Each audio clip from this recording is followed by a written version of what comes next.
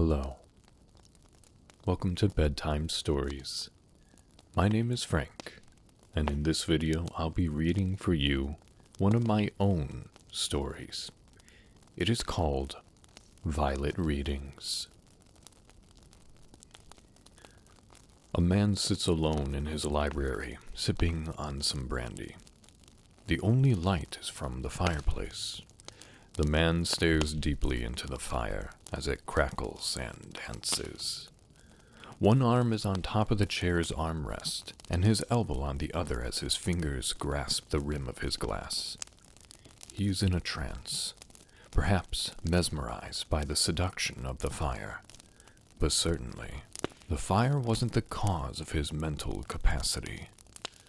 The grandfather clock in the corner strikes 2 and startles the man, who nearly drops his drink. He sets his drink on a small table beside him, leans forward in his chair, and puts his face in his hands. He begins rubbing his face in a circular motion, beginning from his forehead to his eyes, and repeats. The man is tired and half drunk. He wishes to sleep, but he never could on this particular night. This is a ritual he repeats once a year. Over the years, he has found that this is the only way he can cope. He lives alone in a relatively sizable house. No pets. No pictures. Only himself. He leans back into his chair, tears running down his cheeks. He sniffs as he grabs his drink and downs the rest of his brandy. His library holds an assortment of books he has collected over his lifetime, but none that he has actually read. He pours himself another round and walks around his collection with a drink in hand. As he glances at the different titles and bindings, he searches for one book in particular. His hand runs across the books as he walks, dust collecting on his fingertips, and stops on a book with a rich violet binding. He pulls the book from the shelf and staggers back to his chair. As he sits at the edge of his chair, he brings the book to his lap. In gold print, it says Holy Bible. He stares with a blank expression and is skeptical to pull back the cover of the book. He exhaled a deep sigh, takes a gulp from his glass, and places the brandy back on the table beside the chair. With much hesitation and reluctance, he opens the book. Inside the cover were no holy words from God, for the pages have been cut and hollowed out. What replaced God's words were a couple of newspaper clippings and a letter. He pulls out a clipping. The title reads, "Unexpected Fire Kills Local Woman." His throat tightens as tears fill his eyes. He reads the article to himself. Last night, a nearby neighborhood was struck with fear as a roaring fire engulfed a house. The Dalton residents had what police are saying a freak electrical fire. Mr. Dalton made it out of the house carrying his newborn son. His wife wasn't so lucky. Mr. Dalton declined to be interviewed to clarify what happened while he was in the house. Suspicions rise as to the actions that took place during the fire. The neighbors and city give their support and mourn over this horrific event. The man, full of hurt, loosens his grip on the clipping. It waves back and forth in the air until it settles on the carpet. He openly sobs and cannot remove the memories of that night from his mind. Minutes pass as he attempts to collect himself. Once his sobbing diminished to tears, he picked up the next piece of paper that was in the cutout of the Bible. It was a letter that Mrs. Dalton wrote. He held on to this letter because it was the last sentimental writing that his wife wrote to him. It was the only one to survive the fire. She wrote, "To my dearest future husband, I write this letter the night you proposed to me. I couldn't be happier that you chose me. I should have known that you were going to propose with the day of activities we had in Chicago. You took a week off of work to be with me and set up so many great concerts and exhibits to explore. You never take off work. You went into work with a 100-degree temperature one time and said, "It's nothing a pill and orange juice can't solve." I will never forget how we left the art museum, and you took a picture of me next to the green lion. And then you asked someone to take a picture of us together. You come up to me and the man took our picture and you said that one more needed to be taken. And then you got on one knee and pulled out the ring. I was so surprised and burst into tears. And then you said, "You know my life hasn't been the best. Not until I left home and started my own life. Although my career took off, I never felt truly happy. Sharing that cab with you all those years ago sparked that happiness. We've had our ups and our downs, but I can't help feel that this, here and now, is the best moment I've had in my life. Regardless of what your answer may be, I need to know. Violet, would you do me the great honor of being my wife?" How could I say no to such a wonderful man?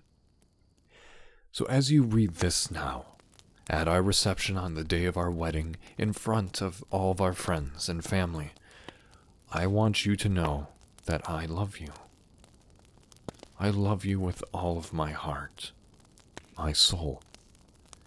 Whatever happens, I want you to know that I will always be there for you. I know you will take care of me in whatever situation may come our way. And I know that whatever you decide, it will be for the best. You will make a great father, and I can't wait to tell you when I'm pregnant. We have the rest of our lives together now.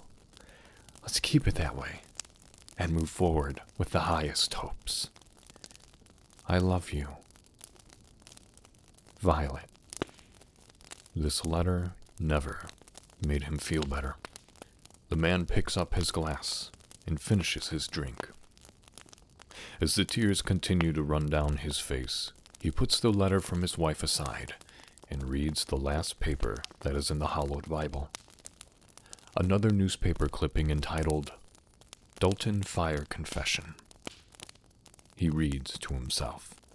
"Many months ago, there was a fire not too far from our station that took the life of a local woman. The police determined that the cause was an electrical fire, but the husband of Violet Dalton has decided to speak out on what happened that night. This is what he has to say. We were all sleeping. It was an ordinary night. The fire alarm went off and we were startled, half asleep, and confused. I looked at the door, which was closed, and I see light. I knew then it was a fire. I wasn't dreaming. I don't know how long the fire had already been going, but the flames grew quickly. I jumped out of bed and took off the shirt I was wearing in order to grab the doorknob. When I opened the door, a wave of heat hits me. I yelled to my wife to get out the door, and I'll get our son. I run to his room where he was crying. I quickly wrapped him up in a blanket and covered his face to try and lessen the amount of smoke he would breathe.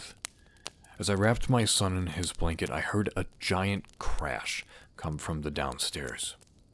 I ran downstairs and headed towards the front door where I saw my wife on the floor. The ceiling above her had collapsed on top of her as she was getting to the door.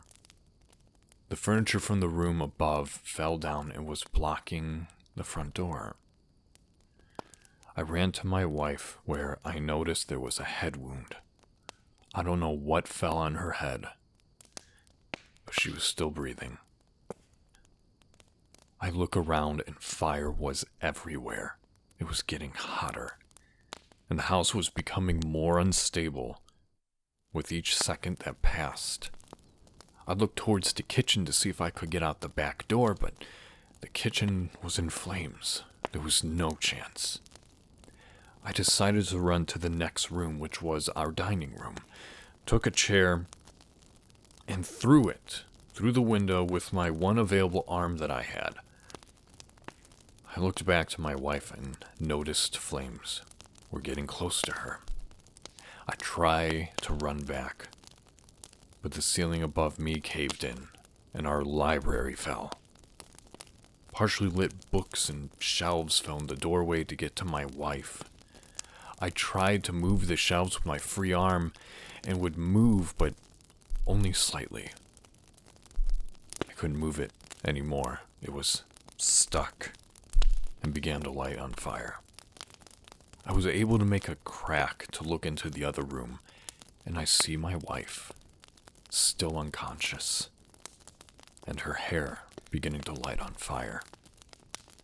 I screamed for her to get up, to move and get out, but she laid there, and there was nothing I could do. I felt a strong grip at my shoulder as a firefighter came through the window and had to drag me away from the doorway. I was screaming and fighting him. I told him to take my son and let me go. When he got me to the window, a couple more firemen grabbed and restrained me. They broke through the front door where they brought out my wife. But I already knew it was too late. I only saw a glimpse of her. Her hair was gone. Her face was horribly burnt. And her clothes were charred.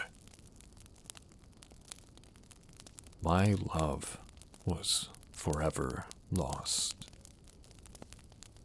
He puts the article down and cries. He cannot remember a single day where he was happy since that fire. With a face of tears, he collects the articles and the letter and puts them back into the Bible.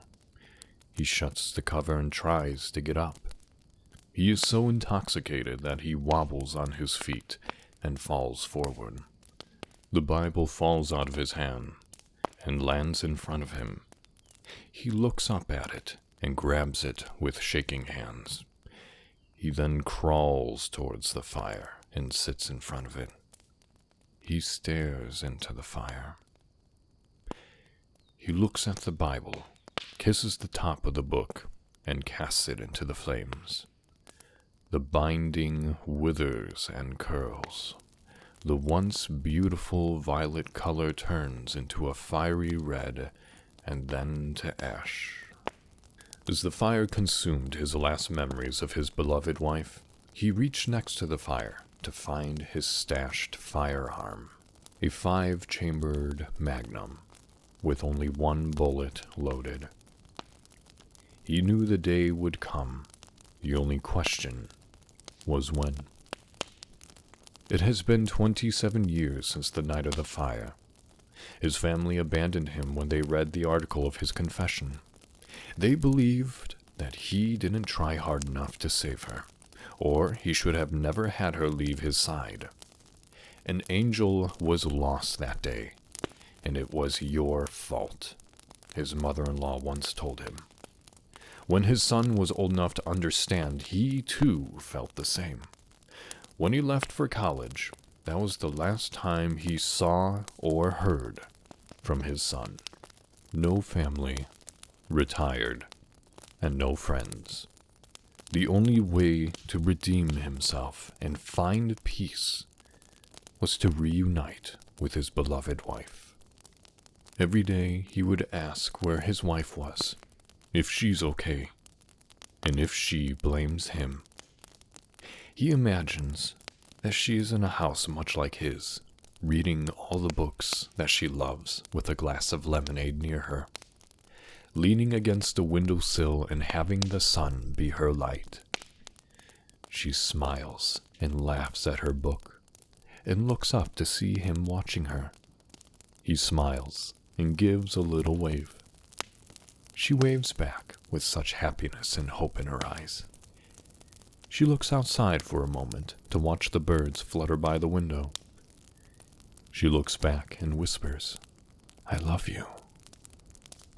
He brings the pistol to the side of his skull and pulls the hammer back.